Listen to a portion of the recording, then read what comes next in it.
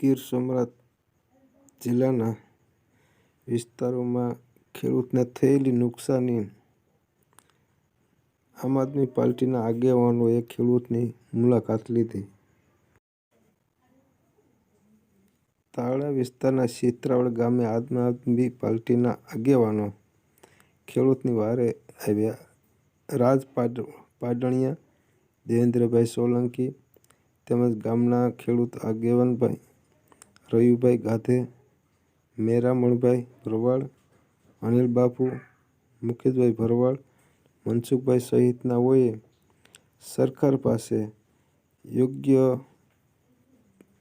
સર્વે કરવામાં આવે અને પૂરતું વળતર મળી રહી ખેડૂતને અને મજૂર વર્ગોને એની મહેનત મુજબ સર્વે કરી યોગ્ય વળતર આપવામાં આવે તેવી માંગણી અને સરકાર પાસે આશા રાખવામાં આવે છે।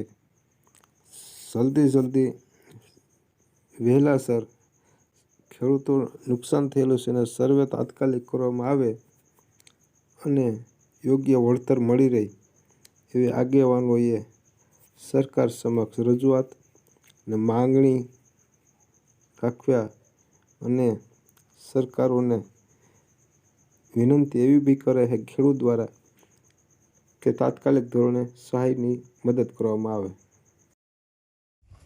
આમાં કંઈ હાથમાં આવે એવું તો છે નહીં।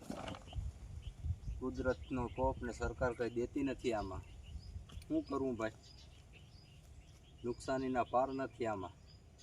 એટલી દવાઈઓ છાંટી હોય, એટલી મહેનત કરી હોય, મજૂરી કરીએ, ભાગ્યા રાખીએ, ઉજળા રાખીએ, આમાં કઈ નો ફાયદો થાય તો શું કરવું? જોઉં તો આમ જોઉં, આમાં કઈ હાથમાં નથી આવે। હા ફૂકી સડી ગઈ નકરી, હાવ કાંઈ હાથમાં આવે એમ નથી। હવે તો સરકાર કરે એ ન્યાય છે। દેવેન્દ્રભાઈ બોલો। આજે અમે તાલાડા તાલુકાના ચિત્રાવડ ગામે અહીંયા ખેડૂતોની મુલાકાતે છે। તો આ કમોસમી વરસાદના લીધે જે ગીર સોમનાથ જિલ્લામાં લગભગ તાલુકાઓની અંદર વધારે પ્રભાવિત સૂત્રાપાડા, તાલાડા, ગીરગઢડા, ઉના આ બધા તાલુકાઓ છે। તો તમે જોઈ શકો છો કે ખેડૂતની વેદના કે જે મોઢે આવેલો કોળિયો છે એ કુદરતે છીનવી લીધો છે। અહીંયા માંડવી છે એ મગફળી અત્યારે ઉગી ગઈ છે, અમુક કાઢેલી હતી અને આ સડી ગઈ છે। પશુ માટે ચારો પણ એ રહ્યો નથી। તો સરકારશ્રી હવે સર્વેના જે નાટકો કરે છે તો અહીંયા દરેક ખેડૂત છે એ પીડાય છે। તો દરેકને સહાય મળવી જોઈએ એવી અમારી સૌની માંગણી છે। અને ખેડૂત છે એ જગતનો તાજ છે અને ખેડૂત છે તો જ આ જનતાઓને અનાજ છે એ પકવીને દેશે। તો આ ખેડૂતોની સામે સરકાર જોઈ એવી અમારી નમ્ર વિનંતી છે। મારી સાથે આમ આદમી પાર્ટીના અને ગામના ખેડૂતો એ પણ છે। થોડીક વાત અરમાનભાઈ પણ કરશે। હવે આજે ચિત્રાવડ ગામની અંદર ખેડૂતોની મુલાકાત લીધી તો મારે તો પહેલાં ઉપર બેઠેલા બધા મંત્રીને એ રજૂઆત કરવાની છે કે બધા મંત્રી ઘણા આવે છે પણ આજ દિન સુધી ભાઈ ચિત્રાવડમાં કોઈ આવ્યું છે? કોઈ કાંઈ સર્વે કરવા આવ્યું? તો હવે મારે તો એ કેવું છે કે આ સર્વેના જે નાટકો છે ને એ બંધ કરી દો। અરે આમાં કોઈ એવું છે ભાઈ કે અહીંયા વરસાદ પડ્યો છે, બાજુના ખેતરમાં નથી પડ્યો, તો હવે સર્વે છે નો? અને આ તમે જોતા જ લાગે આમાં શું સર્વે કરશે? કે આમાં ડોડવા ફોલીને કરશે? કે આમાં કેટલા દાણા હાજા નીકળે? અને મારે તો એ કેવું છે કે હવે આ ભાઈ છે, ભાઈ તમારે પોતાની છે કે ભાગ્યો રાખ્યું? ને તો હવે આ ફેલ થાય તો પૈસા કેમાંથી દેવાના? ખેડૂતને જ જાય ને, અમારું શું?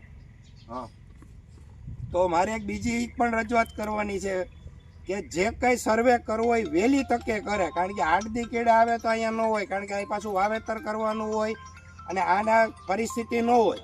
તો બને એટલી વહેલી તકે સરકાર જે છે એ સર્વે કરે અને સર્વેની અંદર અમુક વસ્તુ લખે કે જે અમારે ખાસ વિડીયોના માધ્યમથી કહેવું છે કે આ ભાઈ તો ઉધડું રાખ્યું તો ખેડૂતને તો આ ભાઈ પૈસા દઈ દે છે। તો જે છે એમાં સર્વેની અંદર એ પણ લખે કે ભાઈ આ જે ખેતર છે, આ જે સર્વે નંબર છે, આ ભાઈની માલિકીનું છે અને આ ભાઈ ઉધડું રાખેલું છે। તો મારે જે કાંઈ સહાય આવે એ આ ભાઈને સહાય આપે, બાકી આ ભાઈને તો દવા પીવાનો વારો આવે। આ ભાઈને અટાણામાં જોઈ લ્યો, આમાં કાંઈ છે? આમાં કોઈ વસ્તુ કાંઈ નથી। તો મારે હરેક વસ્તુ. અને બીજી એક ખાસ વસ્તુ તો એ કહેવાની છે કે મારે મંત્રી અમુક છે એ વિડીયોના માધ્યમથી એમ છે કે અમે રજૂઆત કરશું. એટલે ભાઈ તમારે રજૂઆત ન હોય, તમારે દઈ દેવાના પૈસા. એટલે ખાસ કરી અને વહેલી તકે કરે અને આમાં મોડું ન કરે. અને હવે ઓલી સિટી લાઇટ જેવો સર્વે ન કરે. એક બીજી મારે ખાસ સરકારને જાહેર. બાકી શું છે પાછું એમ કે આમાં ક્યાં માંડવી છે, આમાં તો ઘઉં આવ્યા હતા. એટલે એક ખાસ નમ્ર અપીલ છે સરકારને કે એવો સર્વે ન કરે અને જ્યાં બને ત્યાં એના કર્મચારીઓને વહેલી તકે મોકલીને વહેલી તકે 5 દિવસની અંદર સર્વે પૂરો કરાવે. જય હિન્દ, જય ભારત. સારું આવડી